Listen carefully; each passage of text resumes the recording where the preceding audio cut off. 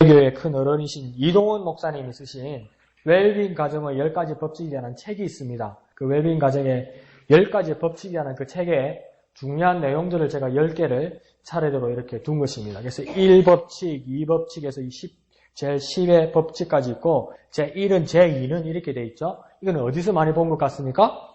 예, 십계명이죠. 그래서 십계명은 출애굽기 20장과 신명기 5장에 이 십계명이 나와 있는데 이 십계명을 따라 정말 하나님 앞에 아름다운 가정은 어떤 가정이 되어야 되는지를 십계명에 준하여서 21세기를 살아가는 우리가 정말 하나님 앞에 합당한 웰빙 가정, 아름다운 가정, 정상적인 가정은 어떤 가정이 되어야 될지를 같이 이렇게 연결해 준 겁니다. 그러니까 십계명 1계명에 근거하여 1법칙은 이렇고 십계명 2계명에 근거하여 제2법칙은 이렇다. 이렇게 살아가면 좋지 않겠느냐 이렇게 제안하는 겁니다. 그래 가정의 달이니까 우리가 이걸 중심으로 한번 보고자 합니다. 그래서 자, 제10계명 제1계명부터 한번 해볼까요? 시작. 제1은 시작. 제1은 너는 나 외에 다른 신을 내게 두지 말지니라. 이것이 하나님의 첫 번째 주신 10계명의 제1계명이었죠. 너희 모든 사람들은 나 하나님 외에 다른 신을 너희들 앞에 두지 말라. 그러면 제1법칙, 그러니까 웰빙 가정의 제1법칙을 한번 다 같이 읽어볼까요? 시작. 제1법칙, 웰빙 가정은 청지기 의식으로 한 주인만 섬깁니다. 그러니까 신을 지금 어떤 말로 바꾸어 썼냐면 주인으로 바꾸어 쓴 거예요. 그러니까 정말 신을 섬기는 삶, 참 신을 섬기라고 말씀하셨으면 우리의 삶에서 주인을 어떻게 섬겨야 되느냐, 참 주인이 누군지를 지금 바로 파악하라고 말씀하는 겁니다. 그러니까 주인을 섬긴다는 건 뭡니까? 내가 주인이라는 겁니까? 주인이 아니라는 겁니까? 네, 나는 지금 주인을 어떻게 해야 된다는 겁니까? 섬겨야 한다는 거죠. 그러면 지금 주인을 섬겨야 하는 사람이니까 지금 뭘로 말했냐면 주인을 섬겨야 하는 사람은 어떤 의식, 어떤 정신으로 살아야 된다고요? 청지기. 청지기라고 쓰여있죠. 그죠? 청지기. 그러니까 청지기는 주인이 있습니다. 그러면 내 삶의 주인공도 내가 아니고 누가 돼야 된다는 겁니까? 주인이 있다는 겁니다. 그러면 내 삶도 나는 어떻게 해야 되는 겁니까? 청지기로 살아야 된다는 겁니다. 일꾼으로 살아야 된다는 거예요. 그 말씀을 지금 우리 삶으로 그렇게 적용할 수 있다는 겁니다. 그러면 자, 더 구체적으로 갑시다. 자, 주인을 섬기는 자가 되어야 된다. 하나님은 10계명 1계명에서 다른 신을 있게 하지 말라 그랬다는 거예요. 그러면 1계명을 봐서도 참 신은 누구냐는 겁니다. 그러면 자, 웰빙 가정의 법칙에서 내 진짜 주인은 누구냐는 겁니다. 누굽니까? 하나님이라는 거죠. 그러니까 우리의 삶에서 하나님, 곧 여호와 하나님의 유일한 주인이 되도록 살아야 된다는 겁니다. 이 광고에서 뭡니까? 난 나야. 난 내 삶의 주인이야. 내 인생은 나의 것. 내 인생은 나의 것. 그렇게 부르는 세상에 사람들이 있어도 우리 그리스도인들은 뭡니까? 내 삶의 참 주인은 누구라고 하는 겁니까? 하나님이시라는 것을 고백으로 삶으로 살아야 되는 것. 그것이 바른 가정이라는 겁니다. 그래서 그럼 여기서 우리가 점검해야 될 것은 뭐냐면 내 안에 자리하고 있는 또 다른 신이나 우상이 있는가? 한번 대답해 봅시다. 내 안에 자리 잡고 있는 다른 신이 있습니까? 다른 우상이 있습니까? 없어요. 네, 없는 거. 이게 가장 모범이죠. 자, 또 그러면 다른 분은 내 안에 있는 다른 신이나 우상이 있습니까? 없어요. 그러면 독한 목사님들은 뭐라는 줄 알아요? 그런데 왜 이렇게 살아? 그래요. 저는 그렇게까지 독한 놈은 아니고 다른 말을 인용하는 거죠. 그러니까 인격으로 따지면 다른 신이나 우상은 있을 수 없죠. 그죠? 우리가 다른 종교를 믿지 않잖아요. 그러니까 다른 우상, 다른 어떤 형상들이 없죠. 그런데 그걸 확장해서 그러니까 우리가 정말 의지하고 좋아하는 친구, 막 그런 사람들을 봐요. 교회에서도 젊은 사람들이 정말 교회에서 봉사 열심히 하면 좋겠는데 할머니들이 이렇게 허리 아프셔도 막 교회에서 봉사하고 할아버지들이 그렇게 막 애쓰면서 하는데 이 젊은 사람들이 주일날 잠시 1시간 예배만 하고 막 꽁지에 불이 난 것처럼 뛰어가 어디가 친구 만나라고 한다는 거예요. 그런데 일주일 내내 그 친구를 만나. 그래 가만히 오면 그 친구가 하나님이 되고 그 친구가 신이 된 거죠. 내가 정말 좋아하는 사람. 할머니들, 어머니들한테 한번 물어볼까요? 어머니들, 할머니들 진짜 신이 누구입니까? 당신의 아들, 당신의 딸, 손주들 아닙니까? 손주가 또 신통방통하게 공부 잘해봐. 난리 난다니까요. 내 피 묻은 속옷을 팔아서라도 학원 보내준다 하면 난리가 난다니까요. 그리고 하나님께 영광이래요. 하나님께 영광일까요? 내 손주가, 내 자녀가 신이 된 거예요. 쓰지 않더라도 돈이 좀 있으면, 쌈짓돈 있으면 마음이 든든한데, 또 부상인 사람에서 죽비고 막 이런 돈을 막 세버렸다. 막 기분도 안 좋고, 그만 몸이 아파! 몸이 아파. 교회를 가도 기쁨이 없어! 그러니까 돈이 하나님 돼 있던 거죠. 그것도 정리해내야 된다는 겁니다. 그거 참 어려운 작업이죠. 근데 참 웰빙 가정은 청지기 의식으로 한 주인 하나님만을 섬긴다는 거예요. 하나님 나중에 뭐라니까 떼놓고 학교에서니까 야, 네 금고에, 네 통장에, 네 쌈짓돈 주머니에 그거 네 돈이라고 그러지. 근데 하나님 학교에서 있으면 뭡니까? 금도 내 것이요, 은도 내 것이라고 이야기해요. 아, 믿음으로 가지고 이게 내 것이구나. 그게 아니고 요 내가 아니고요. 하나님 내. 금도 하나님이고 은도 하나님 거라고 이야기해요. 그런 믿음이 있어야 된다고 이야기하는 겁니다. 그래서 가장 우리에게 그러면 가장 큰 우상은 뭐겠습니까? 한번 물어봅시다. 우리에게 가장 큰 우상은 뭐겠습니까? 그러면 정직하게 내 눈을 피하지 말고 가장 큰 우리의 우상이 누굽니까? 우리의 가장 큰 하나님이 누굽니까? 그렇죠. 돈이죠, 돈. 이놈의 돈, 이놈의 새끼. 그 새끼 말고 여러분이 지금 기회 얘기는 애지중지인 내 새끼. 이게 하나님이 되겠다는 겁니다. 그것도 냉정하게 그들의 주인이 누구라고 믿어야 되는 겁니까? 하나님이라고 믿어야만 하는 겁니다. 그리고 과도한 육체를 존중하는 거. 요즘은 뭡니까? 이 외모 지상주의가 돼가지고요. 그 서울 강남이 청담동 쪽으로 이렇게 버스 정류장에 지나가면요. 병원이 그냥 줄기차게 호텔처럼 쫙 붙어 있어요. 네. 그러면 전부 성형외과예요. 전부 성형외과예요. 그러니까 뭡니까? 그러니까 그런 노래, 정철의 뭡니까? 아버지 날 낳으시고 어머님 날 기르시니 이러잖아요. 강남 청담동은 아버지 날 낳으시고 선생님 날 고치시니 이러면서 생긴 게 똑같아, 그냥. 막 찍어내는 것 같아요. 그러니까 외모지상주의. 그런 것들이 팽배하여 있는 것. 그러니까 내 외모를 가꾸는 것, 내 외모에 집중하는 것, 그것도 나의 신이 되어 있는 거죠. 그리고 내가 과도하게 즐기는 것. 내가 이거 아니면 큰일 나는 거. 쉽게 말하고 막 금단현상이 나는 거. 손이 바라바라바라 떨리는 거. 그 재밌는 유머 있잖아요.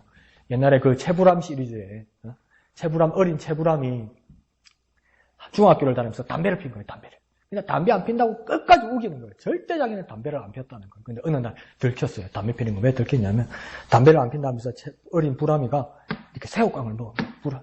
어린 새우깡을 이렇게 먹은 거예요. 새우깡을 먹고 있는데 밖에서 우리 해자가 불암이를 부른 거예요. 불암아 놀자! 이러니까 불암이가 이 새우깡을 먹다가 그래 해자야 이러면서 새우깡을 이렇게 하는 거예요. 꽁초기 그거 없으면 큰일 나는 거 이런 거 있잖아요. 그 뭐 술, 담배가 아니라도 이거 없으면 내가 큰일 나는 것 이런 것들이 신이라는 겁니다. 그리고 내가 쌓은 탑들, 바벨 탑들 이런 것들 그런 것들을 다 청산하고 오직 청지기의식으로 한 주인인 하나님만을 섬기는 삶이 첫째로 시작되어야 됩니다. 그래서 제1법칙 다시 한번 읽어볼까요? 제1법칙 시작! 웰빙 가정은 청지기 의식으로 한 주인만 섬깁니다. 한 주인입니다. 한 주인. 주님만 섬기는 저와 여러분 됩시다. 자, 10계명, 2계명을 다 같이 읽어볼까요? 제2는 시작! 제2는 너를 위하여 새긴 우상을 만들지 말고 또 위로 하늘에 있는 것이나 아래로 땅에 있는 것이나 땅 아래 물속에 있는 것의 아무 형상이든지 만들지 말며 그것들에게 절하지 말며 그것들을 섬기지 말라. 이랬죠. 그 제2법칙, 웰빙의 제2법칙은 뭘까요? 제2법칙 읽습니다. 시작! 이 법칙, 웰빙, 가정은 삶의 길을 분명한 목적에 맞춥니다. 근데 가만히 보면 제1법칙은 2법칙이나 비슷한 것 같아요. 그죠? 하나님만 섬기라는 거는요, 우상 두지 말라는 거냐. 근데 이게 같은데 이걸 한번 키를 한번 만들어 봅시다. 그러면 제2에서 우상이라는 것에 까이표를 치는 거예요. 우상이 있으면 안 된다. 그리고 밑에서 두 번째 들어보면 그것들에게 절하지 말며 이랬죠. 절. 여기다 까이표를 치고, 그 다음 섬기지 말라 했다. 섬기지에다 까이표를 치는 거예요. 그럼 여기서 이제 분명한 키를 찾을 수 있습니다. 그러면 제2법칙에서는 어디다 동그라미를 치냐면 목적에다 동그라미를 치는 거예요. 다 찾아놨죠, 그죠? 지금 어디 가노? 이러지 말고. 자, 제2법칙의 맨 끝에 보면 목적에 맞춥니다. 할 때 목적. 그 가이표 치는 것은 뭡니까? 절하지 말고 섬기지 말라. 자, 그럼 이걸 제가 왜 이렇게 말했겠습니까? 뭘 키로 만들기 위해서 그러겠습니까? 웰빙 가정의 가장 중요한 목적이 뭐냐는 겁니다. 절하지 말고 섬기지 말라는 것은 어떤 뜻이겠습니까? 바른 예배를 하라는 겁니다. 이렇게.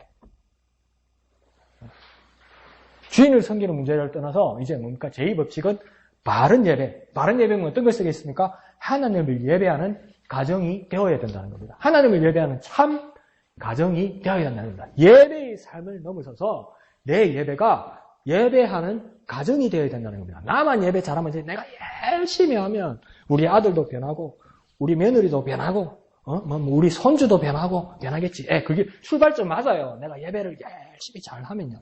그런데 뭡니까? 여기서는 뭡니까? 예배하는 가정이 되어야 된다는 겁니다. 같이 예배하는 가정이 되어야 된다는 겁니다. 그런데 이게 스타트가 어려워요. 스타트가.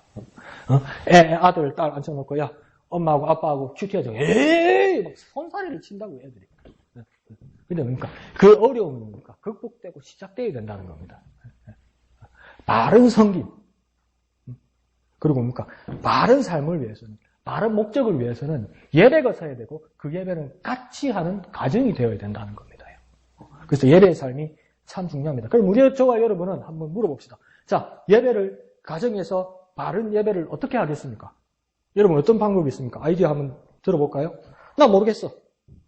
웰빙 가정에 예배를 잘하는 웰빙 가정에 되기 위해서는 뭘 해야 되겠습니까, 여러분? 뭐 해야 됩니까? 여러분 뭐 하고 싶습니까? 믿음 말씀. 믿음 말씀. 믿음 말씀 중요하죠. 믿음 말씀인데, 그래, 우리 손주가, 우리 아들이 교회를 안 가. 예배를 안 해. 심지어 가정 예배하자면 이래. 그럼 어떻게 해야 되냐는 거예요, 내 말은 지금. 내가 열심히 하면 되지. 그게 10년이 됐는데 안 해.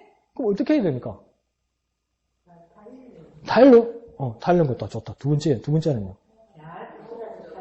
예? 모범적으로 해. 모범을 10년을 했는데 엄마의 삶은 엄마의 삶이고 내 예배는 내 예배라면 어떻게 돼?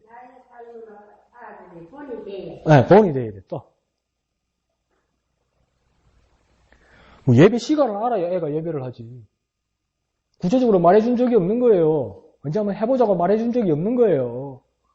예배가 중요하다. 그래서 내가 예배를 중요하게 사는 삶을 보여주는데 우리 모형계 예배가 몇인지 말해준 적이 없는 거예요. 그리고 이 시간은 예배하는 시간이라고 말해준 적이 없는 거예요. 이놈의 자식이 맨발에 쓰레빠 신고 장예배당에다 들어 누워 있는데도 그냥 들어와 앉아있다 그냥 내버려 두는 거예요. 그 예배가 뭔지를 가르쳐 주지 않는 거죠. 그러면 예배 시간에 저거 패란 말입니까? 누가 패라고 그랬어요?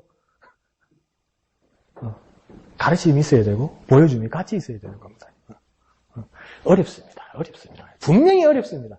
네가 알을 안 키워봐서 그렇지. 맞습니다. 안 키워봐서 내가 옆다이 소리를 하는 겁니다. 맞습니다. 그런데요, 이거 하는 사람들이 있더라고요. 그 미국 남부의 팻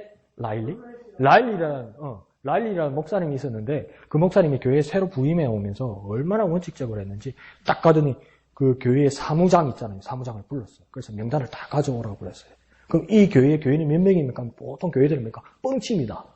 뭐라고 합니까? 교회에 한 50명 앉아있는데 막 200명, 300명이라고 합니다. 왜 그럽니까? 제적 장부를 가져와가지고 200, 300명이라고. 출석 인원은 100명이 안 되죠.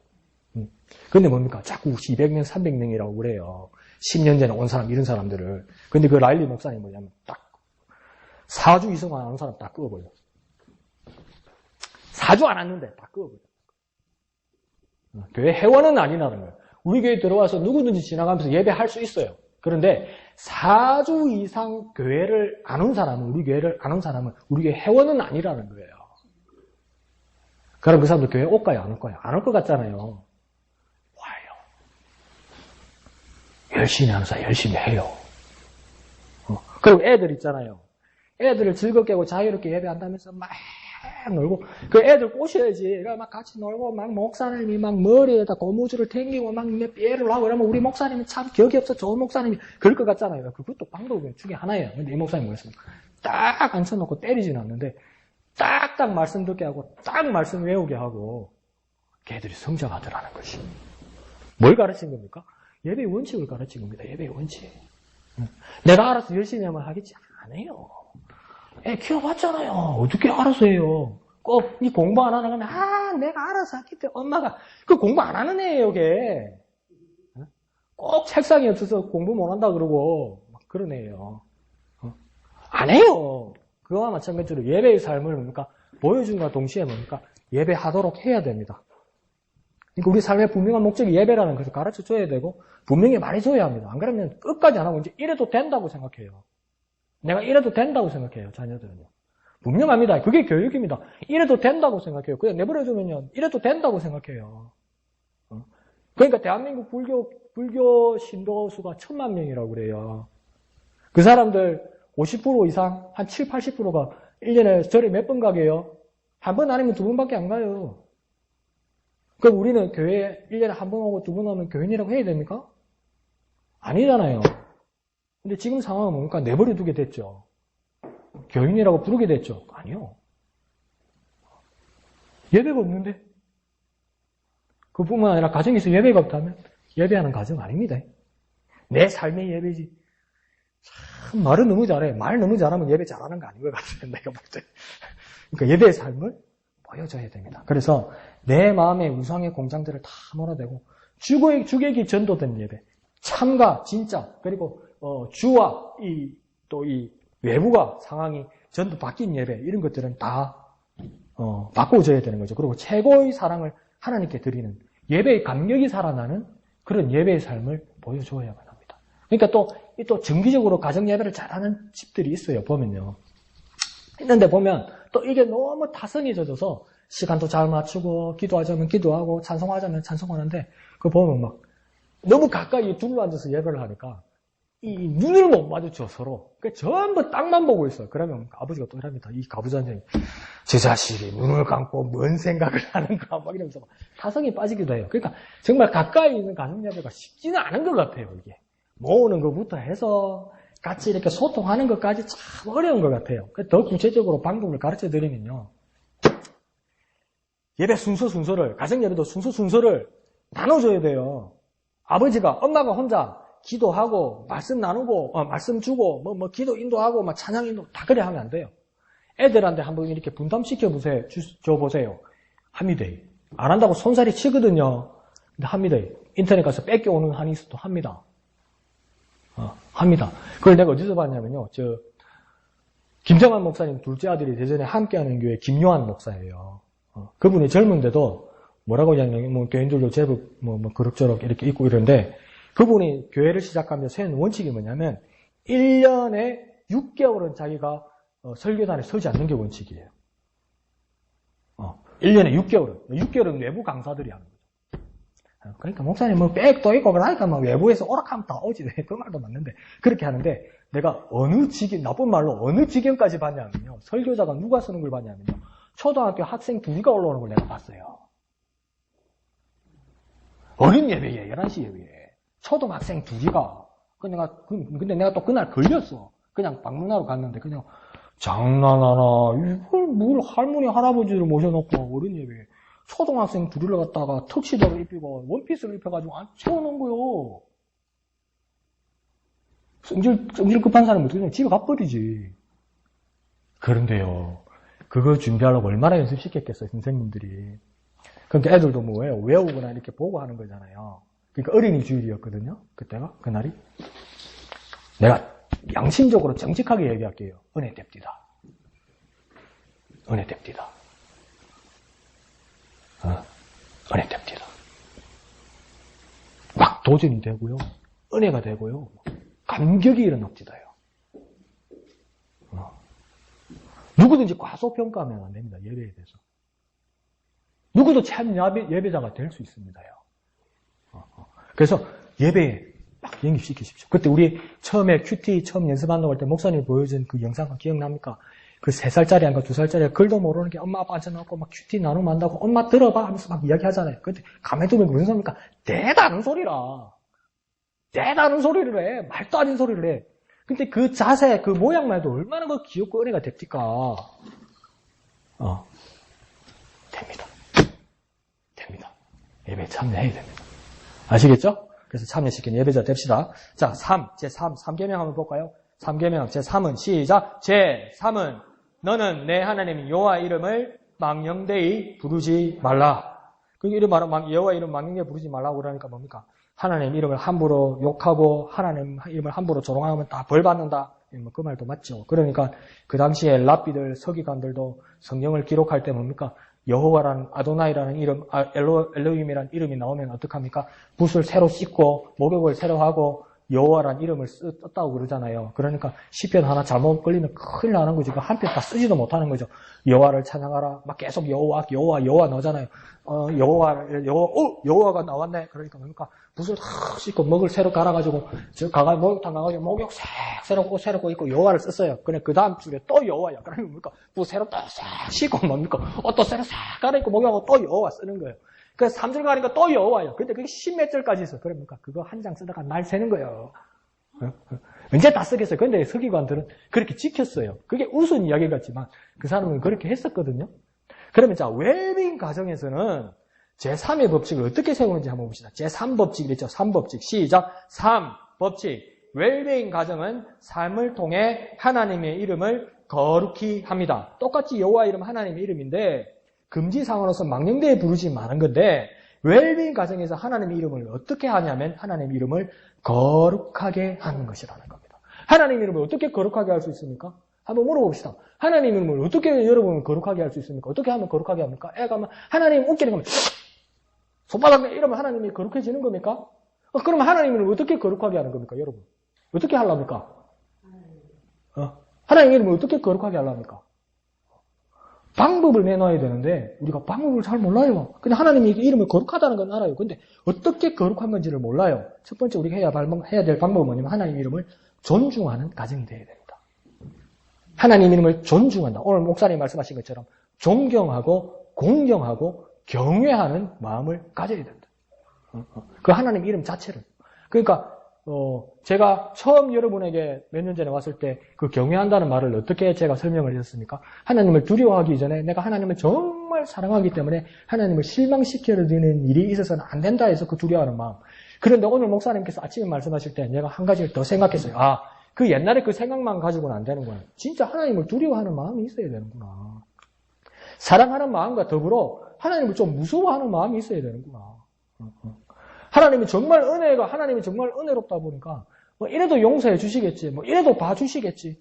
그럼 하나님의 권위가 떨어지는 거죠, 그죠? 하나님의 권위가 떨어지는 건 하나님 이름을 존중하지 않는 거예요. 존경하지도 않고 경외하지도 않는 거예요. 그러니까 하나님 이름에는 하나님을 사랑하는 마음과 더불어 뭡니까? 두려워하는 마음이 있어야 됩니다. 어려워하는 마음이 있어야 돼요. 정말 어려워하는 마음이 있어야 됩니다, 여러분.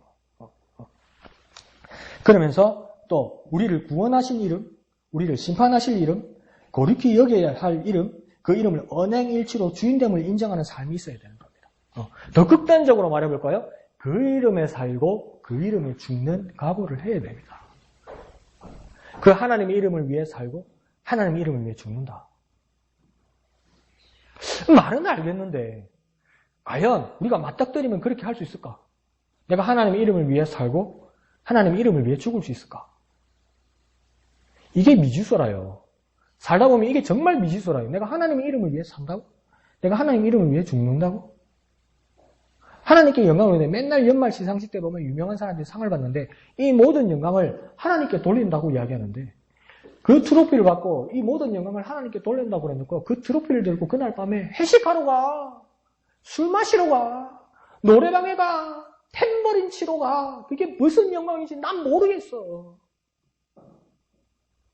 즐기러 간 거죠, 즐기러. 날 즐기러 간 거죠. 하나님 이름을 위하여 살고, 하나님 이름을 위하여 죽는 거 쉽지 않습니다. 우리가 깨어있지 않으면. 그러니까 웰빙 가정은 뭡니까?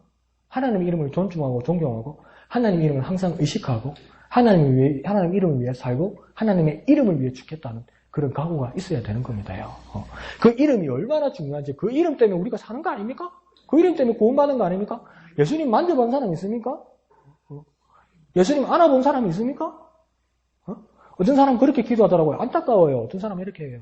나 정말 열심히 신앙생활하고 믿음 생활을 하지만 내가 정말 이렇게 기도 열심히 해서 예수님 하나님 직접 만나서 한번 만나보고 내 눈으로 보고 만져보면 내 평생 예수님 배신하지 않겠다고 그래요. 내가 예언하는 능이 있어 그러다. 첫 번째, 하나님 절대 그런 식으로 만나주지 않는다. 두 번째, 설사 만났다 해도 배신자는 끝까지 배신자다. 배신할 수 있습니다. 그거 가지고 안 됩니다. 그러니까 예수님 도마인데 뭐랍니까? 너희는 나를 본 거로 믿느냐? 보지 않고 믿는 자가 더 복되다. 보지 않고 믿는 자는 왜 복됩니까? 안 본 게 무슨 복이 됩니까? 봐야 복이 되지. 근데 왜 도움 안 되는 예수님 그 말도 안 되는 소리를 합니까? 안 보고 믿는 자가 더 복되다고 왜 도움 안 돼? 그래 말했습니까? 한번 물어봅시다. 안 보고 믿는 자가 왜 복됩니까? 대답을 해봐요. 왜 안 보고 믿는 게 복됩니까? 보고 믿는 게 복되지. 근데 왜 도움 안 되는 예수님께서 안 보고 믿는 게 복되다고 그럽니까? 눈으로 안 보는 사람은 영적으로 참 주님을 만난 사람을 이야기하는 겁니다. 그런 사람이 복되다는 겁니다. 우리 가정 가운데 그 예수의 이름, 우리를 구원하신 그 예수의 이름, 그 예수의 이름을 받을 때 정말 우리에게 영적으로 구원을 주시는 이름이라는 것을 직접 영적으로 경험하는 사람, 그런 사람이 되고 우리 가정이 되어야만 하는 겁니다. 그것이 웰빙 가정의 세 번째 원칙이 될 것입니다. 자, 4번. 제4는 이래 되죠. 제4는 시작. 제4는 안식일을 기억하여 거룩히 지키라. 안식일. 여러 번 말씀드렸지만 안식일은 월, 화, 수, 목, 금, 토, 일 중에 무슨 요일입니까? 주일이라고? 아니라고 내가 몇 번 그랬잖아요. 토요일이죠, 토요일. 토요일. 왜 그렇습니까? 일, 월, 화, 수, 목, 금, 토 이렇게 돼서 그 토요일 날 하나님께서 안식하신 거예요. 그런데 지금 일요일이 된 것은 왜 그렇습니까? 일요일이 주일이 된 것은 예수님께서 언제 부활하셨습니까? 안식 후 첫날. 그러니까 안식일이 일어나는 어떤 날입니까? 토요일. 안식일 다음 날 부활하셨다고 그러잖아요. 그날이 무슨 요일입니까? 일요일이 되는 거죠. 이 일요일을 뭡니까? 주님의 날. 그래서 주1이 된 거예요. 그래서 이 주일을 우리가 지키는 거죠. 제4법칙 한번 읽어볼까요? 4법칙. 시작. 4법칙. 웰빙 가정은 온전한 안식 위에 최선의 삶을 삽니다. 자, 안식을 지키는 가정이 되기 위해서는 첫 번째 성경 조건은 뭐냐면 엿새 동안 열심히 일해야 됩니다. 휴식의 참된 가치는 뭐냐면요. 열심히 일한 다음에 누리는 것이 참 휴식입니다. 맨날 방구석에 누워 들어누워 있어 보십시오. 누워 자는 것도 됩니다. 억수로 됩니다. 그 나중에 병남이 돼. 누워있는 거 병남이 돼. 그러니까 누워 자는 것에 가장 큰 복은 무엇입니까? 그 앞에 열심히 일했을 때. 그러니까 하나님께서 우리에게 안식을 주신다는 의미에 또 한 가지 뜻은 뭐냐면 우리가 엿새 동안 열심히 일하여야 되는 겁니다. 그리고 엿새 동안 열심히 일하고 나서 주님의 날 우리가 와서 예배하는 건 뭡니까? 모든 세상의 삶을 내려놓는 겁니다. 목사님, 나는요 주일날이 안식이 아닙니다요. 목사님, 월요일부터 토요일까지 출근하고 일하고요. 가게 문 닫고 직장 끝나고 주일날 교회하면요 새벽부터요 교회에서 날 부려먹는데요. 이런 노가다가 없습니다. 그런 생각이 들 수도 있어요. 이렇게 힘들 수가 없을 수도 있어요. 그런데 뭡니까?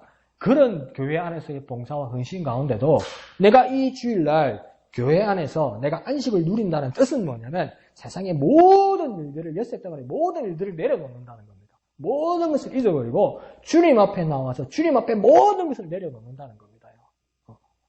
내일 당장 어떤 일이 들칠지라도 내일 당장 어떤 놈이 와서 돈 내놓으라고 그러고 당장 어떤 깡패가 와서 내 가게를 뜯고 어떤 사람은 내 돈 뜯으러 오고 막 내 협박을 해서 월요일날 두고 보자고 말할지라도 내가 주님의 날 이 주일날 하나님 앞에 예배하러 오는 이 시간에는 모든 것을 잊을 만큼 하나님 앞에 압도되는 안식이 있는 삶, 그런 삶이 우리에게 필요하다는 겁니다. 그런 안식이 어떻게 가능합니까? 내 영혼의 안식을 지킬 때, 거룩하게 지킬 때 내 영혼의 안식을 누려야 된다고 절실하게 느끼는 사람만이 그게 가능한 겁니다. 그러니까 안식은 토요일인가 일요일인가 이게 중요한 것이 아니고 첫 번째, 내가 엿새 동안 열심히 일하고 그 다음 뭡니까? 정말 주님 앞에 나와서는 세상적인 모든 걸 내려놓고 주님에게만 집중하는 거. 주님에게만 집중하는 거. 옛날에 그 연사망 이름이 뭐였지? 배용준하고 송윤아가 나오는 드라마가 있었어요. 지금은 만약 텔레비만 보고 싶을 건데 호텔리어라는 그 드라마가 있었어요. 그 10년 전에요. 그런데 뭡니까? 이 배용준이라는 남자 주인공이 송윤아라는 여자를 쟁취하기 위해서 그 사람 많은 데서 송윤아라는 이 여배우를 갖다가 이 배려박에다가 밀어붙입니다. 그러니까 이 여자가 얼마나 당황하겠어요. 그러니까 막 사람들 많고 부끄럽잖아요. 어머 왜 이러세요? 그런데 배용준이 꽝을 지르면서 이렇게 합니다. 당신 나만 봐. 다른 거 보지 마. 나만 봐. 당신 나만 봐. 그런데 뭡니까? 이 여자들이 이상해. 나쁜 남자를 좋아해. 이상해. 이 매력을 느끼는가 봐. 이런 천하의 나쁜 놈을. 그런데 뭡니까? 이 송윤아가 쏙 빠집니다. 뭐 때문에요? 나만 봐 이런 것 때문에. 우리가 참 안식을 누린다는 겁니까? 주님 맨날 여기에 와서 세상적인 걱정, 근심 모든 걸 내려놓고 주님만 바라보는 거야. 주님만 바라보는 거야. 아무것도 생각이 안 드는 거야, 다른 생각. 그게 뭡니까? 참 안식을 누리는 자입니다. 참 안식 안에 들어가는 저와 여러분 되시기를 부탁드립니다. 그리고 우리 가정들 되시기를 부탁드립니다.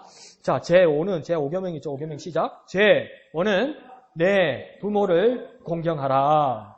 그래서 제5법칙, 5법칙, 웰빙 가정은 가정의 핵심 가치를 부모 공경에 둡니다. 이거는 뭐 두 번, 세 번 말해도 입 아픈 거죠. 그죠? 여러분들 다 알고 계시고 오늘 목사님도 가장 중요하게 말씀하시는 거죠. 그죠? 부모를 공경하는 가정이 되십시오. 그래서 뭐라고 이야기합니까? 약속에 있는 첫 계명이 부모를 공경하는 것이라고 이가 땅에서 잘 되고 장수하는 비결이 된다고 말씀하기도 했습니다. 그리고 이것은 뭔가 자연 법칙에 따르는 순종이기도 합니다.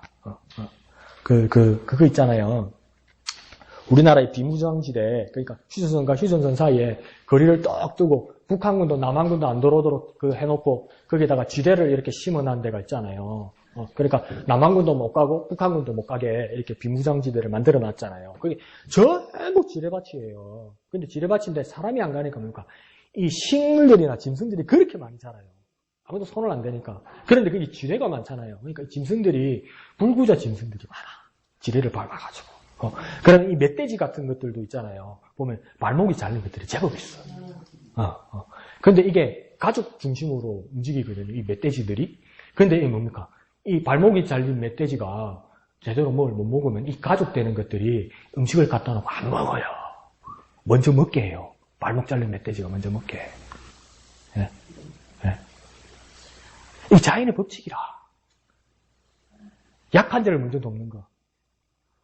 생물학적 자연의 법칙은 적자 생존입니다. 웃기지 말라고 그래요. 짐승도요. 약한 자를 먼저 도와요. 알고 보니까. 그런데 이놈의 세상은 짐승보다 못한 거 천지라 이게. 어디 지금 못 알아놨어요. 짐승보다 못한 거 우리나라 300명이에요. 국회의사당에. 큰일이죠. 근데 진짜 웰빙 가정은 뭡니까? 자연의 법칙에 순응하면서 우리를 키우시고 우리 때문에 연로하신 부모님을 순종하는 것, 그것이 하나님의 법칙입니다. 그 속에서 하나님을 발견하는 것, 그것이 법칙입니다. 공경이란 건 뭡니까? 부모의 가치를 존중하는 겁니다. 어디까지 올라가야 되는 줄 압니까? 부모님을 하나님의 대리자로 여겨야 됩니다. 근데 지나고 난 게 알겠다, 그죠? 꼭 있을 때는 모르겠어. 왜 이렇게 이 노친네 구닥다리고, 꼬장이나 부리고, 막, 애나 먹이고, 막 그런 상황으로 생각되는데, 지나면 알아, 지나면. 참, 늦댔어, 사람은. 강 목사를 그랬죠. 사람은 참 늦대요, 이게. 이게 문제라. 진작에 말씀하실 때 알아들으면 되는데, 그러면 지금부터라도 바로 합시다. 부모님은 하나님의 대리자입니다. 그 말씀에 순종하십시오. 나중에 지나가 보면요, 그 말이 맞습니다. 희한합니다. 희한해, 이게 희한합니다. 처음 살아계셔서 말할 때 대단한 소리 하고 있는데, 이런 생각이 드는데, 지나오면 그 말이 맞아, 이게. 하나님의 대리자가 맞아요. 그런데 또 뭐라 합니까? 네가 이 땅에서 잘 되고 장수하리라, 이렇게 이야기하잖아요. 그러니까 우리가 장수하고 잘 되는 비결은 뭐냐면요, 부모님께 순종하는 겁니다. 하나님 그렇게 약속하셨으니까요. 그런데 그럼 내가 잘 안 되는 게 우리 부모한테 잘못해서 그런 거 아닌데, 내 그 정도는 아닌데. 저 사람 일찍 죽네. 저 부모한테 못되게 해서 죽는갑다. 그것도 아닌데. 한번 생각해 봅시다. 오래 살려면 부모한테 순종하라고 그러는데, 효도하라고 그러는데, 세계에서 오래 산 김일성이요, 90 가까이 살았어요. 히틀러를 찬양하던 이 여자 영화 감독은 100살을 살았어요. 그 부모한테 순종했겠어요? 사람들 많이 죽였는데? 그런데요, 제가 아는 분은요, 우리 어머니 아는 분인데, 저 마산의 그 중앙감리교회, 북마산 감리교회 장로님이었는데, 그렇게 부모님한테도 잘하고, 가난한데도, 그렇게 교회에 순종하고 헌신한 분이 없어요. 근데 이분이 주일날 성경책, 장로님과 성경책 가슴에 끼고, 길 건너다가, 교회 예배관 길 건너다가 차에 치여서 돌아가셨어. 젊은 나이에. 부모님 봉양하고 있는데, 부모님 자기 집에서 모시고 있는데, 그 부모님한테 뭘 잘못해서 그렇게 죽을까? 내한테 설명을 좀 해봐요. 왜 죽은 거요? 집사님, 왜 죽은 거요? 죽을 때 그렇게 장수가 안 됐네? 장수 아니면 부모님한테 순종 아닌 것 같은데? 말씀대로 하면. 왜 죽은 거요? 전에도 말씀드렸잖아요. 유치부 애가 엄마 아빠도 교회 안 다니는데 유치부 애가 그렇게 교회를 열심히 다녀. 엄마 아빠한테도 잘 기운받아. 엄마 아빠가 교회 가라고. 아빠는 교회 안 가는데 아빠가 이 차에다 교회 앞에다 차를 세워줬어. 그래서 건너서 교회 가라고. 그래 잘 가. 나중에 일 마치고 아빠 데리러 올게. 길 건너다가 아버지 눈앞에서 차에 치여 죽었어 얘가. 얘가 뭘 잘못했어 얘가. 얘가 뭘 부교했겠어. 근데 왜 죽어요? 이거 말고 설명을 해보라니까 나한테. 왜 장수 못하는 거예요 얘는. 그 장면은 왜 장수 못하는 거예요.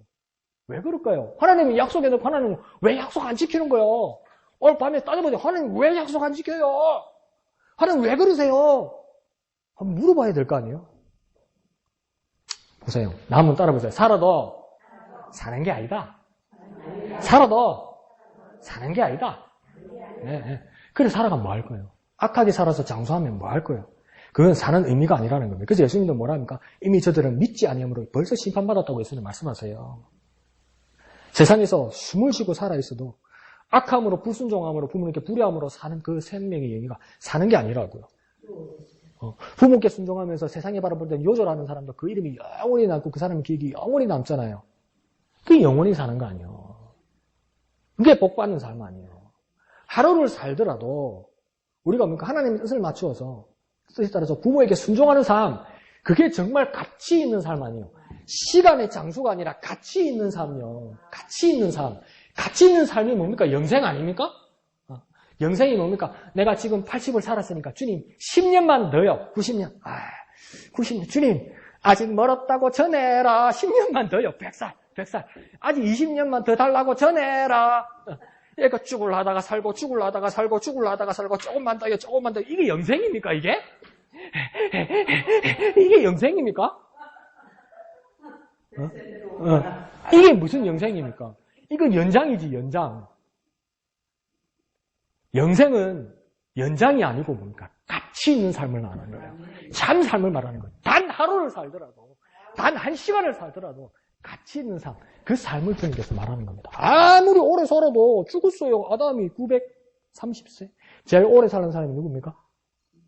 무드셀라가 몇 살 살았습니까? 969세. 그래 969세 살아도 죽었어요. 근데 그 무드셀라의 아버지, 할아버지가 누굽니까? 아버지가 누굽니까? 내 이름 빡 안 들어온다. 지금 큰일 났다. 그 이름 뭐지? 주님과 동행하다 하늘로 들림 받은 사람. 에녹. 에녹이 몇 살 살았습니까? 365세밖에 못 살았어요. 그 당시에 대부분 평균 연령이 900세였는데, 창세기에 보면, 에녹만 365세를 살았어요. 요절을 한 거 아닙니까? 에녹이 뭘 잘못했습니까? 에녹이. 근데 왜 그래밖에 못 삽니까? 아버지한테 욕을 했겠습니까? 아버지한테 돈 달라고 땡깡을 부렸겠습니까? 아빠가 내내 해준 게 뭐냐고 댓글을 했겠습니까? 그 사람이. 근데 왜 365세밖에 못 삽니까? 뭐가 있겠지요, 목사님. 가서 물어보세요, 나중에. 근데 성경에는 기록이 없단 말이에요. 근데 365세밖에 못 살았단 말이에요. 근데 뭡니까? 그 사람은 뭡니까? 죽음을 보지 않고 하늘로 들림을 받았다는 거예요. 그러니까 참 장수는 뭡니까? 영원한 생명, 가치 있는 삶을 말하는 겁니다. 가치 있는 삶을 살기를 원합니까? 그러니까 부모에게 순종하는 사람입니다. 부모에게 순종하는 사람입니다. 그런데요, 후회되는 게 많이 있죠. 그죠? 여러분 연세가 되니까 부모님한테 그랬어야 되는 후회되는 거 있죠. 여러분 지금부터 잘 하시면 되고요. 그리고 애들한테 가르치십시오. 잘 해야 된다고. 그 한경직 목사님의 마지막 유언이 뭐였는 줄 아세요? 예수 잘 믿으세요. 예수. 여러분 예수 잘 믿으세요. 예수. 그처럼 뭡니까? 부모에게 순종하라고 말하십시오. 그래서 참 웰빙 가정 이루시길 부탁드립니다. 제 6계명 해볼 거예요. 시작. 제 6은 살인하지 말라. 제 6법칙 해볼까요? 6법칙. 웰빙 가정은 생명을 소중히 여기며 더욱 가치 있게 합니다. 그래서 생명을 존중하는 가정이 되십시오. 살인은 정말 심각한 겁니다. 그죠? 어제 오늘 정말 큰 뉴스 나섰죠. 이번 인출간 거죠. 그 인천에 대부도로 가니까 하수구에서 뭐가 푹 나오는데 이 다리 두 짝밖에 안 나왔어. 윗돌에 사람이 없어. 어머, 이게 무슨 세상에 이런 일이 있노? 그죠? 그래갖고 경찰을 풀어가지고 막 찾아내는 거니까 윗도리를 딴 데서 찾았어. 이런 천하의 나쁜 짓이 어디 있어요? 그죠? 사람을 그렇게 죽이는 어떻게 죽였을까? 그게 제정신이니까. 그래 보면 진짜 귀신이 있어요. 그죠? 그 지정신이 했겠어요, 그게?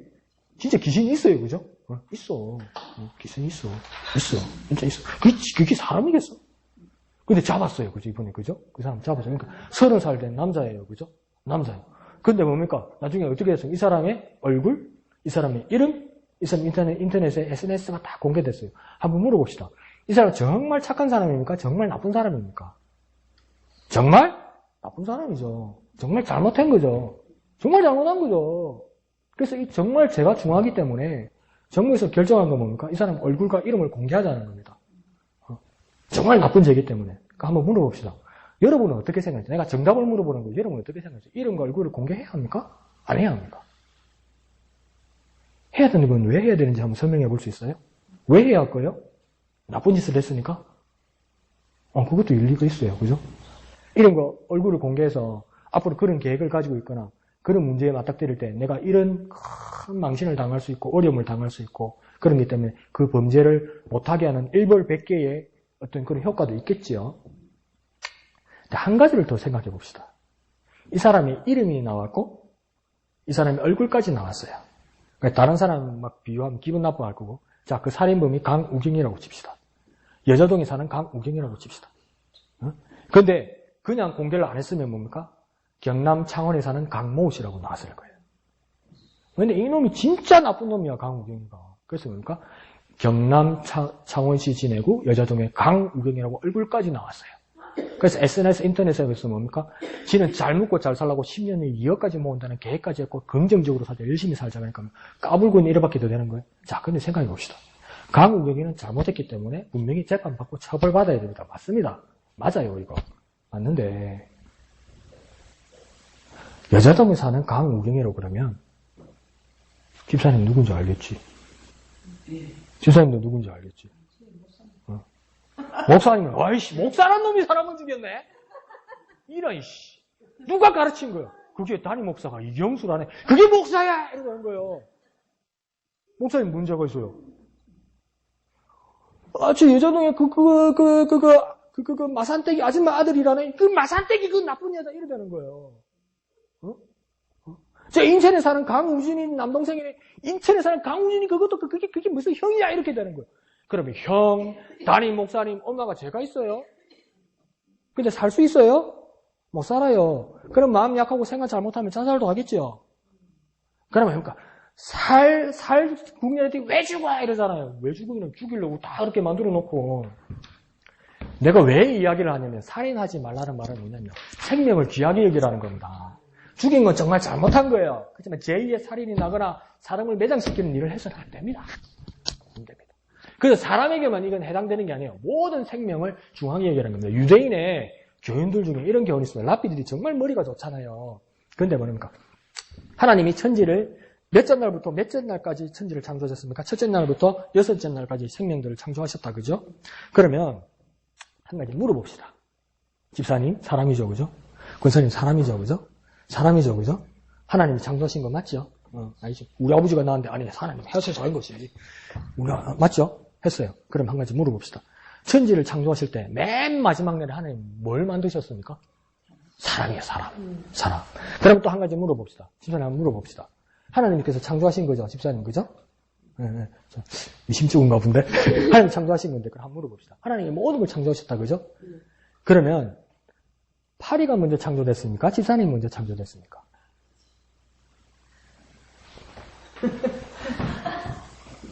파리 역사가 오래됐습니까? 그렇죠. 사람 역사보다 더 오래된 게 파리의 역사예요. 랍비들이 생각하기로는. 아무리 사람이 잘났다고 그래도요. 파리보다도 역사가 짧은 게 사람들의 역사예요. 아무리 잘났다고 그래도요. 저 밖에 있는 저 단풍나무 옆집에서 막 잘라라고 그러잖아요. 뭐 배 내비리라고 그러잖아요. 기분 나쁘면 전기톱으로 확 베버리면 되지 우리도. 하나 봐라 그러면서. 근데 한 가지 더 생각할 건요. 저 나무가 우리 사람들 역사보다 오래된 거예요, 저게. 근데 저게 생명이에요. 그럼 쓸데없는 생명을 해하는 일은 하나님의 뜻에 배치되는 겁니다. 재미있는 이야기를 한번 해볼게요.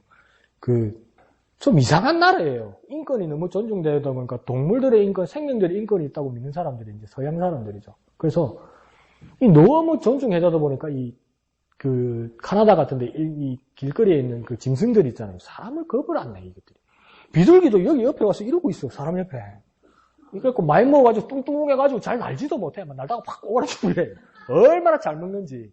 그리고 그 다람쥐 같은 청설모 있잖아요. 사람을 겁을 안 내. 그래서 내가 제가 가난한 유학생 때 뭔 돈이 있어요. 돈을 모아가지고 피자가 먹고 싶어. 그러면 피자가 무시 맛이 있다고 우리 할머니는 세사 맛도 없더만, 그지야? 세사 맛도 없더만 그 피자가 먹고 싶어. 그 돈을 모으고 차비를 아껴가 모아가지고 피자를 샀네? 그 돈이 없어서 한 쪼가리만 샀네? 쪼가리만 팔더라고. 한 쪼가리를 샀네? 근데 그걸 안 먹다가 기름짐을 안 먹다가 먹으니까 이게 잘 안 넘어가네, 그게. 그게 버리면 안 되잖아요. 그거 얼마 주고 산 게 아껴 몰라갔다 이러고 있는데 내 손에서 피자가 없어졌어. 이 청설모가 겁이 안 나니까 내 걸 가져가는 거야. 누구 자식이 지 건 줄 알고. 그래, 겁도 없어. 왜요? 사람들이 가까이 해주니까 짐승들이 겁을 안 내요. 그런데 그러니까 우리 한국에서 오신 분들은 그게 이제 좀 안 익숙하잖아요. 그러니까 짐승이면 해코지라고 막 쫓아내고 막 이러잖아요. 그래서 저는 뭐 그걸 뽐받아서 그런 게 아니고 뭐 그냥 해충이 아니면 그냥 벌레도 난 둬야 된다고 생각하거든요. 근데 뭐 나를 물거나 나를 쏘거나 나를 위협하는 거면 당장 잡아야죠. 씩 뿌려야죠. 잡아야죠, 그거야. 근데 내 해를 무당벌레가 우리한테 해충입니까? 해충 아니죠? 무당벌레는 그냥 벌레잖아. 우리한테 해를 끼치는 벌레는 아니잖아요, 우리한테. 사모님이 이렇게 지나가는데 사모님이 벌레를 좀 무서워하는 사모님이었어. 발 앞에 벌레가 지나가는 거예요, 무당벌레가. 어머, 무당벌레다 이러는 거예요. 그래서 내가 괜찮은데 이러니까 우리 친구는 나 자랑한다고. 우경이 오빠는 우경이 형은 벌레도 못 버리게 해요. 못 죽이게 해요. 이렇게 잡아서 이렇게 창으로 날려줘요. 이랬어요. 그러니까 그 사모님 되는 부분 되는 목사님이 그게 보기 싫은 거 봐. 내가. 우리 전문 용어로 고가 왔는가 봐. 안 입고 왔는가 봐. 우경아, 예. 너 목사 할 거지? 예. 밟아주고 너 지옥 안 가? 이러면서 푹 밟아 죽이는 거야. 그럴 필요가 있습니까? 생명은요, 귀한 겁니다. 그렇게까지 할 필요는 없습니다. 그게 해충이고, 나를 쏘는 거고, 우리 누구를 위협하는 거면, 당연히 우리가 어떻게 제재하고 잡을 수는 있는 거죠. 생명을 소중히 여겨야 합니다. 그걸 우리 자녀들에게 보여주어야 합니다. 생명이 귀하다는 것을 우리 자녀들에게 보여주어야 합니다. 우리 가정들에게 보여줘야 됩니다. 그것이 뭡니까? 살인하지 않는 것이고, 살해하지 않는 것이고, 생명을 소중하게 여기는 웰빙 가정이 되는 것입니다. 그 애들 정서가 되게 달라져요, 그러면요. 진짜 달라요. 아시겠죠? 네. 그 다음, 너무 심각하다, 좀. 제7은 시작. 제7은 간음하지 말라. 제7법칙 읽을까요? 7법칙. 웰빙 가정은 결혼을 통해 하나님 앞에서 사랑을 완성합니다. 그러니까 결혼은 결혼의 언약을 지키는 것이 가장 중요합니다. 하나님이 미워하시는 그 간음 있죠. 다른 관계를 가지는 것. 그러나 여기서 또 중요한 것은 뭐냐면 결혼을 통해서 약속했을 때 낭만 이상의 약속을 하는 것들 있잖아요. 그걸 너무 낭만적으로만 여기지 말고 오늘 목사님 말씀하신 것처럼 지켜내는 것이 중요한 겁니다. 그래서 날마다 공급되어야만 하는 겁니다. 그러니까 약속. 당신은 꼭 그래. 넌 꼭 그래. 꼭 그런 걸, 그럼 어떡하라고 그걸 꼭 그런 사람인데, 그러면 그걸 인정해야지. 그래서 인정하면서 결혼의 원만한 관계가 이루어져야 된다는 겁니다. 내가 이런 말 하면 안 되는데, 자기 기분한테. 죄송합니다. 이걸 여러분이 더 잘 알 것 같아요. 여러분이 가정을 더 잘 지키니까. 여러분이, 나는 그런 부분에서 내가 여러분한테 배워야 돼. 배워야 돼. 그런데 나도 아직도 나이가 들은 것 같아도, 어찌 보면 여러분하고 다른 세대라서, 매 맞는 아내, 매 맞는 여자, 불화가 있는 가정, 이렇게 생각하면, 나는 좀, 그냥 참으라고 말하기가 싫어. 참아야 하겠지만. 그래서 경북대학교 법률대학원에 김두식 교수라고 있어요. 김두식 교수가 아주 신앙이 깊은 크리스찬입니다. 크리스찬. 그래서 법률대학원 교수인데도 이 젊은 대학생들이 이 교수님을 좋아해서 그렇게 상담을 하러 많이 온대요. 그러면 이 대학생들이 상담할 때 상담 건수에 제일 많은 건수가 뭔지 압니까? 1위가 뭔지 압니까? 공부? 취업? 아니요. 연애. 연애 만나는데 그래서 이런데요. 교수님 고민 있으면 그러니까 저 누구하고 사귀는데 요즘 사이가 안 좋아요. 교수님은 매번 뭐라냐면 헤어져! 참아라고 말해본 적이 없대요. 헤어져! 헤어져야 돼. 야! 제 남자친구가 이런 나쁜 버릇이 있더라고요. 그래? 참아! 이러지 말고 헤어져! 그래 나쁜 버릇이 있으면 헤어져야 돼. 야! 너 그거 참고 있다가 결혼해가지고 나중에 빼도 박도 못 하면 어떡할 거야? 지금 당장 헤어지고 딴 남자 만나는 게 좋아. 근데 그분은 왜 그렇게 말하냐면요. 결혼하기 전이니까. 나쁜 것을 봐고 불안한 것을 봤을 때는 헤어지고 딴 사람을 만나는 게 좋다는 거예요. 그럼 이 나쁜 버릇을 가진 사람도 내가 이 문제 때문에 헤어졌다고 생각하면 다른 여자친구한테는 그러지 않으려고 노력하는 가능성이 있다는 거예요. 근데 그거는 어떤 문제입니까? 결혼 전에. 결혼 전에. 그러니까 약혼하다가 사귀다가 헤어지면 욕할 건 없어요. 그러니까 이 교수님에게 어떤 문제가 생겼냐면 이 인격적이고 상담 잘하는 교수님한테 아들이 상담을 하러 안 오네? 물어보면 무조건 헤어지라고 그러니까. 나는 이 남자가 좋은데, 나는 이 여자가 좋은데, 물어보러 안 온대. 대답이 뻔하니까. 근데 이 문제도 뭡니까? 결혼하기 전에 문제라는 겁니다. 그러니까 우리 젊은 애들도 마음껏 사귀게 하십시오. 물란하게 살아라는 게 아니고, 마음껏 건전한 교제를 하고 여러 사람들을 만나고 여러 사람들을 경험하게 해주십시오. 그걸 허락해 주십시오. 이놈의 자식이 발랑 까져가지고 얘 만나고 쟤 만나고 우리 교회 기록 있잖아요. 한 달에 한 번씩 여자를 다른 애를 데리고 오더라고 우리 교회에. 사귀는 애만 데려오더라고. 대단하다. 그건 나쁘지 않아요. 지금 와서 생각하니까. 사귀는 애들 때려 교회 데려오는 거 어때? 그럼 저기 부모가 난 부끄러워 죽겠는데 뭐가 부끄러워? 그죠? 그건 괜찮아요. 그러니까 마음껏 사귀게 하십시오. 마음껏 만나게 하십시오. 그렇지 뭡니까? 결혼은 다른 문제라는 겁니다. 그 다음 8을 볼까요? 제8은 시작. 제8은 도둑질 하지 말라. 이 도둑질 하지 말라를 제8법칙 시작. 8법칙 웰빙 가정은 땀 흘리는 즐거움으로 세상을 섬깁니다. 자, 여기서 뭘 말하는 거냐면 도둑질을 하지 말라는 것은 남의 것을 탐내지 말라는 것도 있지만 뭡니까? 열심히 일하라는 겁니다. 내가 맡은 자리에서 열심히 일하고 그 대가로 즐기라는 겁니다. 그 대가를 가지고 있을 때 또 무엇입니까? 나눔의 가치를 존중하는 가정이 되어야 된다는 겁니다. 내가 열심히 해서 가지고 있는 이거 다 내 거다. 이거 맞아요. 이거 다 내 거다. 근데 애들은요. 어떨 때는 정말 사람이 있어. 애들이 어떨 때는 보면 정말 대바라졌어요. 이제 조금 걷기 시작하고 단 거 좋아하는 이런 애들. 그래가지고 우리 전도사님 아들이었는데 캐나다에 있을 때 전도사님 아들인데 이 애들이 좋아하는 사탕을 갖다가 이렇게 한 통을 옆집에서 가지고 있어요. 그래서 얘한테 뭐라냐면 자 사탕 먹어 이런 거예요. 그러니까 애가 얼마나 기분 좋겠습니까? 그러니까 막 입에 넣고 호주머니에 넣고 막 이 집에 가져갈 거라고 막 집에 안고 이런 거예요. 사탕 항아리를. 그러니까 애 아빠가 되는 목사님이 얼마나 창피했겠어. 주시고 애를 굶기는가 보다 미기지도 않을까 보다 얼마나 창피해. 그러고 또 버릇 없는 거잖아요. 남의 집에 사탕 항아리를 다 가져가는 거니까 누구야? 사탕 그거 내려놔. 사탕 내려놔. 사탕통 내려놔. 그러고 가져갈 것만큼만 가져가. 이런 거니까. 얼마나 애들이 머리가 좋은지 호주머니에는 사탕 다 넣고 입에도 다 넣고 근데 더 머리가 얼마나 좋으냐면 이제 사탕 항아리 도로 갖다 놔야 될 거 아니에요. 양손에다 사탕을 또 한 그릇 쥐고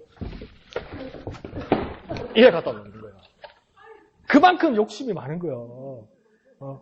자기 게 아닌데도 사람은 기본적으로 그렇게 욕심이 많은 거예요. 근데 하물며 내가 열심히 해서 내가 모은 돈이고 내가 모은 재산인데 이게 내 거라고 생각하면 안 되고 뭐라고 이야기합니까?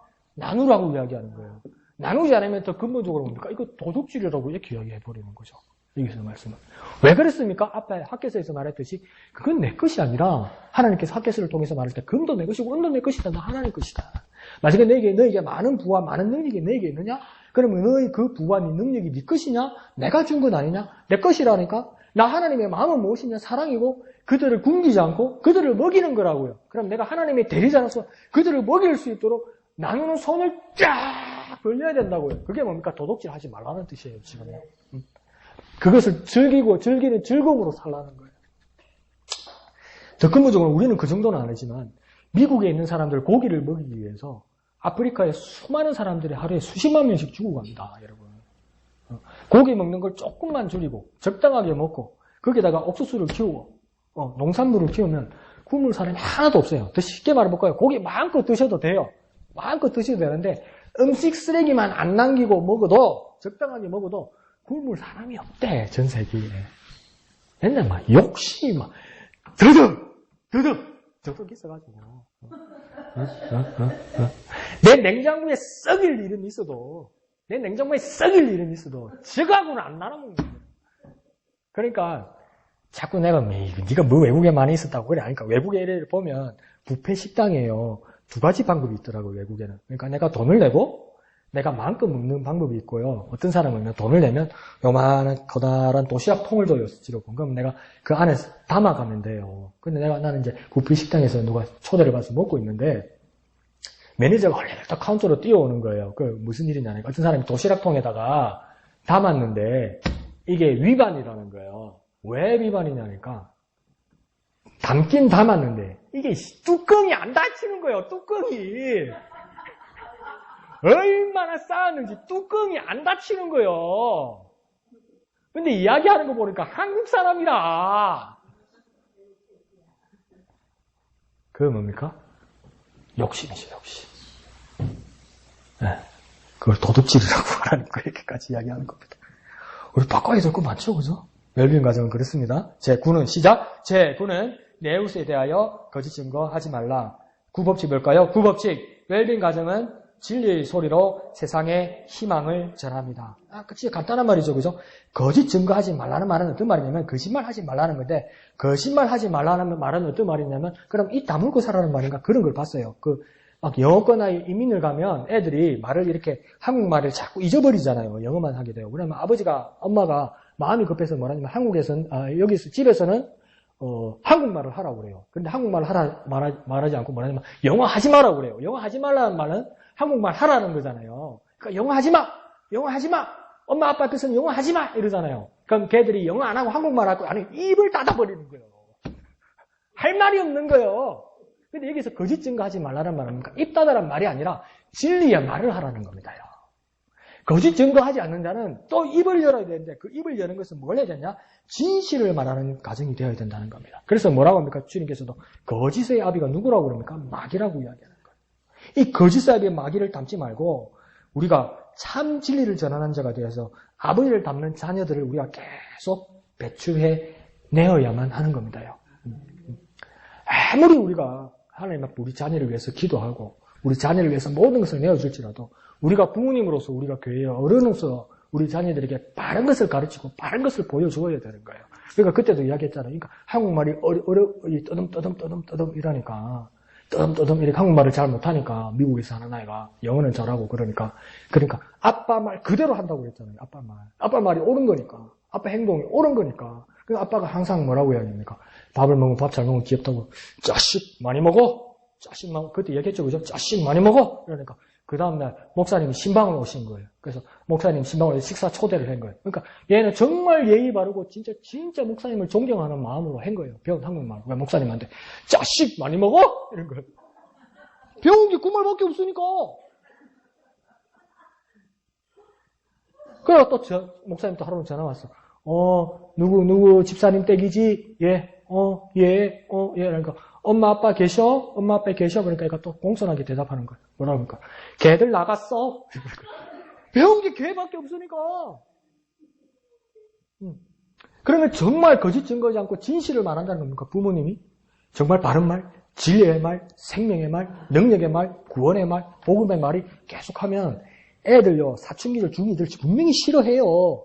머리 큰 애들 분명히 싫어해요. 그러니까 내가 싫어하니까 우리 애한테 하지 말아야 되겠다가 아니라는 거지. 그 어느 순간에 스며들기 시작한다는 거죠. 정말 능력의 말, 생명의 말 해야 됩니다. 개국 콘서트 보고 즐기는 거 정말 좋은 겁니다. 생활의 활력소가 되죠.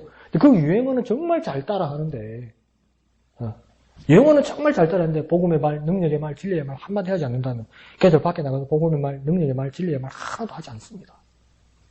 그래서 거짓 증거하지 않고 진리를 증거하는 저와 여러분 되시길 부탁드립니다. 마지막 제12조 그죠? 제10은 시작. 제10은 내 이웃의 집을 탐내지 말지니라. 제10법칙 읽어볼까요? 10법칙. 웰빙 가정은 남의 울타리 안을 엿보지 않습니다. 이 말은 뭐냐면요. 한번 적어보세요. 자족하는 삶이 되어야 된다는 겁니다. 만족하는 사람이 되어야 된다는 겁니다. 하나님께서 내게 주신 분복에 만족하는 삶이 되어야 되는 겁니다. 목사님하고 아침에 이야기하면서 웃었는데 야구선수 박찬호 있죠. 야구선수 박찬호. 은퇴했잖아요. 그죠? 돈을 엄청 벌었어요. 그 양반이. 근데 그 장인어른이 제일 교포인데 더 부자예요. 그래서 그 딸한테, 그러니까 박찬호 와이프한테 친정 아버지가 벌써 유산을 남겨줬어요. 유산을 상속을 해줬어요. 얼마를. 일부를. 그게 우리나라 돈으로 얼마인 줄 아세요? 내가 기재를 한번 시켜볼까 오늘? 진짜 은혜 되게? 한번 써보세요. 얼마 줬을 것 같아요? 이거 어떻게 알아? 1조 원을 준 거예요. 1조 원을. 아빠가 딸한테 살아계시면서 일부 돈을 떼어서 유산을 상속을 시켜줬는데 1조 원을 준 거예요. 1조가 얼마인지 압니까? 1조를 준 거예요. 그러면서 그 장인이 아주 명언을 합니다. 박찬호 장인이. 박찬호를 옆에 탁 세워놓고 이렇게 이야기합니다. 우리 사위는 운동밖에 몰라서 돈 버는 걸 잘 못했어요. 그러는 거예요. 박찬호가 얼마인 줄 압니까? 3천억. 근데 뭡니까? 자기 딸은 1조가 있으니까 우리 사위는 운동밖에 몰라서 3천억밖에 못 벌었어요. 이러는 거예요. 목사님 웃으면 얘기했지만 내가 왜 그 이야기를 하는지 속으로 야리 꼴리는 거예요. 이게 뭐 하는 짓들이요. 남의 집게 재산이 자꾸 보이고 남의 욕심이 나는 거죠. 여러 번 말씀드리지만 우리나라에서 자산이 제일 많은 사람이 이병철 회장입니다. 이건희 회장입니다. 삼성에. 근데 그분한테 물어보십시오. 이건희 회장님 돈이 많아서 좋으시겠습니다는 그분 그렇게 이야기합니다. 내가 빚이 얼만데 이럽니다. 자기가 부자인 줄 모릅니다. 부자라고 생각 안 합니다. 아무리 남의 거 봐봤자 나는 요만큼이면 될 거야. 나는 한 달에 100만 원만 그냥 공짜로 생기면 될 거야. 그렇게 이야기하죠. 아니요. 그 다음 200만 원입니다. 그 다음 300만 원입니다. 근데 지금 뭐랍니까? 하나님께서 주신 것에 만족하라고 이야기합니다. 하나님 날 죽이시지 않고 하나님 내 은혜 베푸시는 거. 요즘요, 내가 철딱 쓰니까 약간 들어가지고요. 약간. 여기서 내가 돈이요, 좀 더 생기면요, 내가 분명히 타락할 것 같아. 내가 여기서요, 복권이 좀 되면요, 예배 시간에 저 뒤에 앉아서 하품할 것 같아. 복권이 한 번만 더 되면요, 나 저기서 스마트폰 하고 있을 것 같아, 예배 시간에. 한 번만 더 되면요, 목사님 설교하시는데 소리내서, 이럴 것 같아. 그게 사람이요. 내가 하나님이 날 조금만 더 도와주시면 내가 하나님 더 잘 섬길 것 같죠? 하나님이 조금만 여행하게 더 도와주시면요. 그거 딱 타락합니다. 나는 아니라고요? 한번 해봐. 근데 그럴 것 같아, 내가. 그래서 나는 갖고 싶으면서도 한편으로는 불안해, 더 생기면. 내 수중에 10,000원, 20,000원이 더 생겨도 나는 기분이 좋아, 이상하게. 그러면서 한편으로는 10,000원, 20,000원이 생겼다. 30,000원, 50,000원이 생겼다. 기분이 억수로 좋는 거야, 기분이 억수로 좋은데 한편으로 이러다가 타락하는 것다. 이러다가 타락하는 것다. 야, 이러다가 하나님 배반하는 것다. 그런 생각이 듭디다. 그래서 뭡니까? 십계명에 내 이웃의 집을 탐내지 마라. 참 멸빈 가정은 남의 울타리 안을 엿보지 않습니다. 자족하고 만족하는 삶이 되어야만 합니다. 맨 밑에 완결 법칙은 이렇게 되어 있죠. 한번 읽어볼까요? 완결 법칙은 웰빙 가정은 오직 사랑으로 서로를 품습니다. 핵심 말이 뭐가 있습니까? 사랑입니다. 사랑. 오늘 목사님께서 아주 중요한 은혜의 말씀과 경고의 말씀을 하셨죠. 그죠? 사랑 말하니까.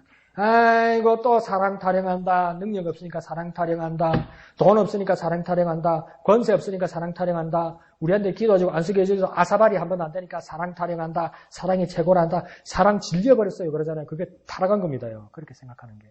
그렇게 말하는 게 타락한 겁니다요. 벌써요. 사랑의 가치가 완전 확 식어버린 거예요.